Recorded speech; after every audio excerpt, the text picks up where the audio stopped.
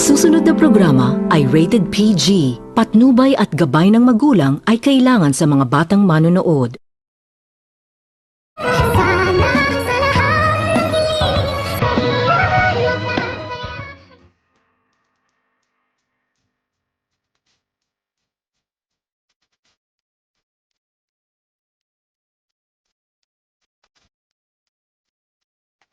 Pagkatapos nitong makapangako ni Madam Lutos kay Giselle na hindi umano nito tatantanan ni Madam Lutos itong si Moira, kung kaya't nang marinig nito ni Madam Lutos na mayroon umanong bumisita kay Moira sa kadahilanan na dali-dali naman din itong sinundan ni Madam Lutos itong si Moira, at dito nang masundanan nito ni Moira, nang masundanan nito ni Madam Lutos itong si Moira, ay gulat na gulat ito ng kanyang maabutan na nag-aaway itong si Moira at ang lalaki, at dinig na dinig nito ni Madam Lutos ang mga pinagsasabi ng lalaki sa kadahilanan na agad naman din itong nakapagsalita itong si Madam Lutos na siya pala umano ang kasabwat ni Moira Tanyag.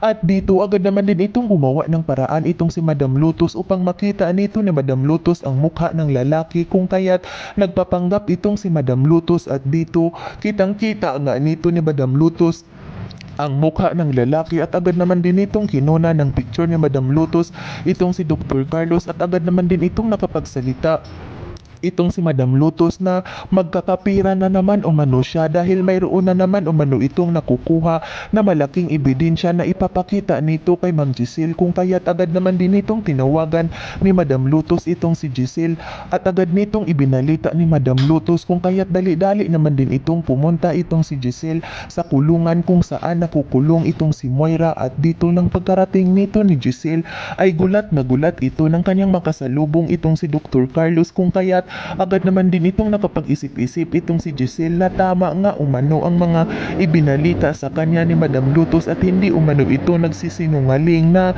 ito nga umanong si Dr. Carlos ang tumutulong kay Moira, kung kaya't agad naman din itong sinabihan ni Giselle itong si Dr. Carlos kung ano umano ang ginagawa nito, kung binisita ba umano nito ni Dr. Carlos itong si Moira. Ngunit agad naman din itong nagpapanggap itong si Dr. Carlos, at agad nitong sinabihan ni Dr. Carlos itong si Giselle na wala umano itong pakialam sa kanyang buhay at hindi umano ito dapat sagutin pa ni Dr. Carlos, at agad na nitong iniwanan ni Dr. Carlos itong si Giselle, kung kaya't dali-dali naman din itong pumasok si Giselle sa kulungan, at dito agad naman din itong sinalubong ni Madam Lutos, at agad nitong ipinakita ni Madam Lutos kay Giselle ang lalaki na kanyang nakakausap, at sinabi nito ni Madam Lutos kay Giselle na nagagalit umano itong lalaki at sinabihan umano sa lalaki itong si Moira na ayaw umano nito na madadamay. Yan ay ating aabangan sa susunod pa na pangyayari sa kaganapang ito ng abot kamay na pangarap.